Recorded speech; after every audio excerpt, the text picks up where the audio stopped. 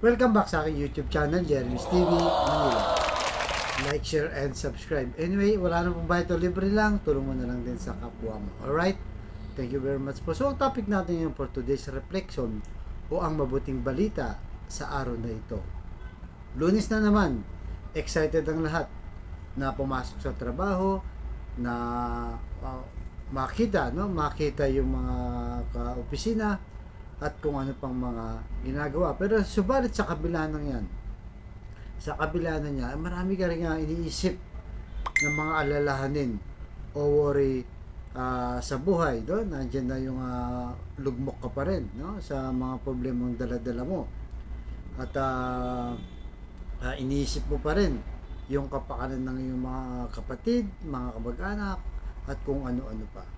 Kaya sabi sa Mateo chapter 6 verse 34, kaya wag na kayong mag-alala tungkol sa kinabukasan dahil ang bukas ay may sarili ng alalahanin. Sapat na ang mga alalahaning dumarating sa bawat araw. So yun na, napakalinaw po, no? Na sabi ng ating Panginoong Hesus, hayaan nyo na yung problema. Ang problema sa kanyang sarili.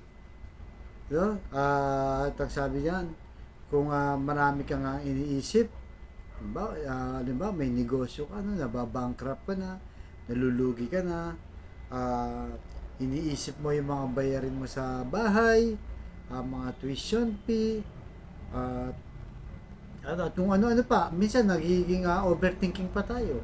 Iniisip na paano kaya pag namatay na ako? Paano kaya pagka dumating na yung end of the world, no? Paano kaya, no? Ang dami mong iniisip na kung tutuusin, hindi mo naman kailangan isipin. Kumbaga talagang overthinking ka lang sa mga halalahanin sa buhay. Kaya sabi ng Diyos, sapat na, no? Yung araw na to, yun na lang ang intindihin mo. Ito na lang i-enjoy mo. Dahil yung bukas, hindi natin po control.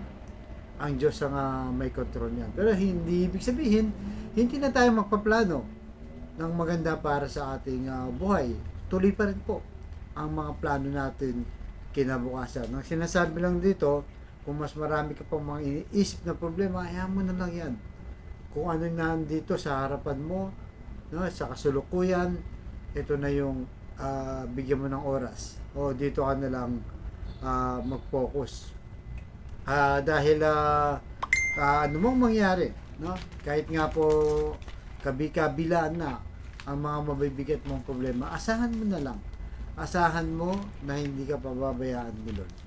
Asahan mo, asahan mo na yung pananampalataya mo ay hindi ka bibiguin ni Lord. Na alam mo, kahit kaano pa yung kabigat, tutulungan tayo ni Lord. Hindi tayo iiwan ni pababayaan lang. Kaya instead na isipin mo yung mga worries mo, mga lalahanin na sa buhay, no? Yung ngayon na lang ang yung paglaanan ng pansin para masolusyonan mo kung ano mga pagsubok o hamon sa buhay ang iyong kinakaharap. Kaya po wag nating wag nating masyadong isipin yung mga anxiety, mga worries, no, sa ating buhay. Dahil yan lang po ang makipagbibigay sa atin ng mga kalungkutan sa buhay, no? Yung kawalan ng pag-asa. At kahit mag-worries ka ngayon, sa dami na iniisip mo, hindi rin yan na madudugtungan ang buhay mo, no? Hindi rin madudugtungan ang kalakasan mo. Dahil ang kalakasan at buhay ng tao ay nakasalalay o ang control ay kay sa Diyos, no? Kaya kung marami kang iniisip ngayon, halimbawa physical, nasa hospital ka, no? Yung lagi po natin pinagdarasal dito, dinadialysis ka, o-operan ka, at kung kahit ano pa man, no? I-surrender na po natin sa Diyos ang lahat ng yan. Kasi pag-iisipin mo kasi yung salitang surrender, para itong pagsuko, no, negative impact. Halimbawa sa nagigerang bansa, pag sinabi mong surrender ka na, pangit na, parang talunan ka na. Di ba? Surrender. Ibig sabihin, hindi mo na kaya, sumuko ka na. Pero iba po, no, pagdating sa spiritual, no, sa ating Panginoong Yesus. Kapag sinuko mo ang lahat-lahat sa Kanya, Lord, kayo na pong bahala, no, sa aking kalusugan. Kayo na pong bahala sa aming mga pinansyal na kinakaharap ngayon na nagiging sanhi ng kaguluhan ng aming kaisipan. Kayo na pong bahala sa magulong pamilya namin. Alam ko na aayusin mo. Yun na lang po, isisurrender ko na po sa inyo, Lord, ang lahat po. So, ibig sabihin, pag sinurrender na natin ang lahat sa Diyos, kung kanina negative, parang talunan ka, panalo ka na sa ating Panginoong Yesus dahil sinuko mo na lahat, pinaubaya mo na. Yung tiwala at pananampalataya mo, ibinubuhos mo na sa Diyos. Pero, siyempre, hindi po yun masasayang dahil alam naman natin, kapag lumapit tayo sa Diyos, nagpakumbaba, humingi ng tawad, wala pong tinatanggihan ng Diyos. Welcome po tayo humarap, no, at tanggapin niya sa kahit na ano pa mang paraan.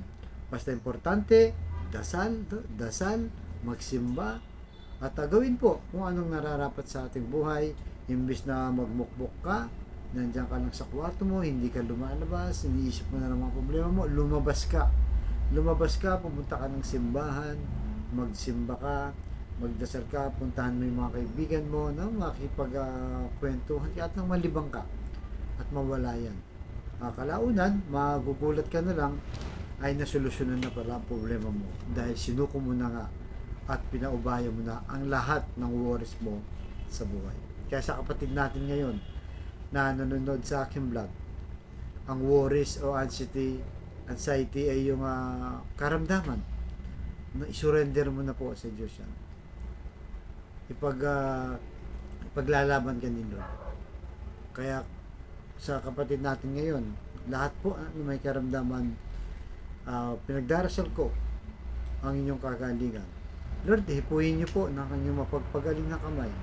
Haplusin niyo po, tanggalin niyo po ang kanilang karamdaman. Alam naman po namin na walang imposible sa iyo kung iyong loloobin.